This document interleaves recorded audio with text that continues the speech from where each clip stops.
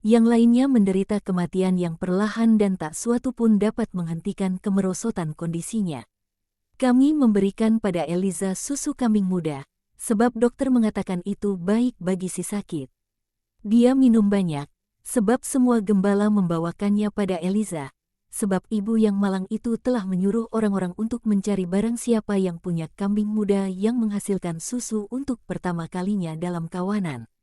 Namun sia-sia saja, ketika kami kembali ke sana pemuda itu tidak mau makan. Ketika kami kembali ke Adar, dia sudah meninggal 2 bulan sebelumnya. Sahabatku yang malang, dia begitu sayang padaku di bait Allah, dan dia agaknya bersanak denganku melalui leluhur kami. Dia baik, dia pergi untuk menikah dengan Abraham, kepada siapa dia sudah dipertunangkan sejak kanak-kanak, 2 tahun sebelum aku, dan aku ingat ketika dia datang untuk mempersembahkan anak sulungnya kepada Tuhan.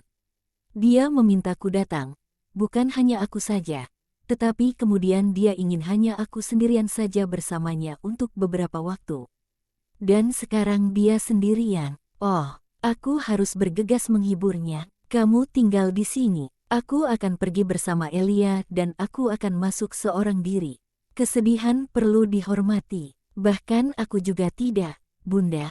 Tentu saja, selalu. Tetapi yang lain-lainnya, bahkan kau juga tidak, kecilku, akan terlalu menyedihkan bagimu. Ayo, Yesus, tunggulah kami di alun-alun desa. Carilah naungan untuk bermalam. Selamat tinggal, kata Yesus.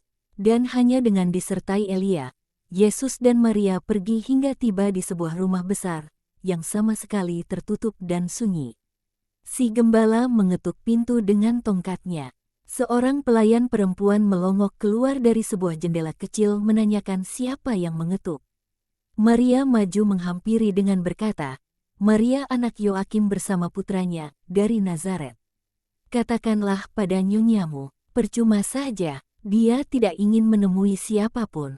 Dia menangis terus. Cobalah, tidak, aku tahu bagaimana dia mengusirku jika aku berusaha mengalihkan pikirannya dari kesedihan. Dia tidak menghendaki siapapun, dia tidak akan menemui siapapun atau berbicara kepada siapapun. Dia berbicara hanya pada kenangan putra-putranya. Pergilah, perempuan, aku memerintahmu untuk pergi. Katakan padanya, Maria kecil dari Nazaret ada di sini, dia yang adalah putrimu di bait Allah. Kau akan lihat bahwa dia akan mau menemuiku." Perempuan itu pergi dengan menggelengkan kepalanya. Maria menjelaskan kepada putranya dan kepada si gembala, "Eliza jauh lebih tua dariku. Dia menantikan di bait Allah tunangannya kembali dari Mesir kemana dia telah pergi untuk suatu urusan warisan dan jadi dia tinggal di sana hingga umur yang tak lazim. Dia hampir 10 tahun lebih tua dariku." Para guru biasa mempercayakan gadis-gadis kecil dalam bimbingan murid-murid dewasa, dan dia adalah rekan guruku. Dia baik dan inilah dia. Sesungguhnya si pelayan yang sama sekali tercengang bergegas membukakan pintu lebar-lebar. mari masuk," katanya. Dan lalu dalam suara lirih, "Semoga engkau diberkati sebab telah membuatnya keluar dari kamar itu." Elia undur diri dan Maria masuk bersama putranya. Tetapi pemuda ini, sungguh, ya ampun, ia sebaya dengan Lewi. Biarkan ia masuk. Ia adalah putraku dan akan menghiburnya lebih baik dari yang dapat aku lakukan. Perempuan itu angkat bahu dan mendahului mereka melintasi aula panjang dari sebuah rumah yang indah namun muram. Semuanya bersih, tetapi semuanya tampak mati. Seorang perempuan yang tinggi perawakannya, dengan berjalan terbungkuk dalam balutan gaun berwarna gelap, bergerak maju dalam temaram cahaya aula. "Eliza, sayang, aku Maria," kata Maria sembari berlari menyongsong dan memeluknya. "Maria, engkau, aku pikir engkau sudah meninggal juga. Dikabarkan padaku, kapan? Aku tidak tahu, kepalaku kosong. Dikabarkan padaku bahwa engkau tewas bersama banyak ibu lainnya sesudah kedatangan para Majus. Tetapi siapa yang memberitahuku bahwa engkau adalah Bunda Juru Selamat? Para gembala mungkin." "Oh, para gembala." Perempuan itu meledak dalam tangis pilu. Jangan sebut nama itu. Mengingatkanku akan pengharapan terakhir bagi nyawa Lewi.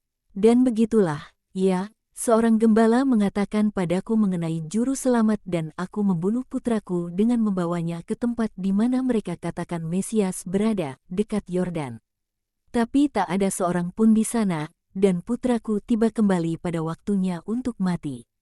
Kelelahan, kedinginan, aku membunuhnya, tetapi aku tidak berniat untuk menjadi seorang pembunuh.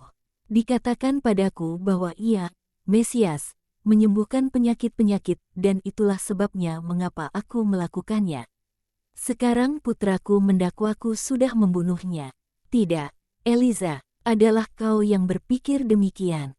Dengarkan, sebaliknya lah aku pikir bahwa putramu telah menggandeng tanganku dengan berkata, datanglah pada ibuku terkasih.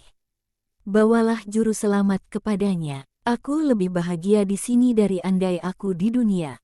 Tetapi dia mendengarkan hanya tangisnya, dan dia tidak dapat mendengar perkataan-perkataan yang aku bisikkan kepadanya bersama ciumanku.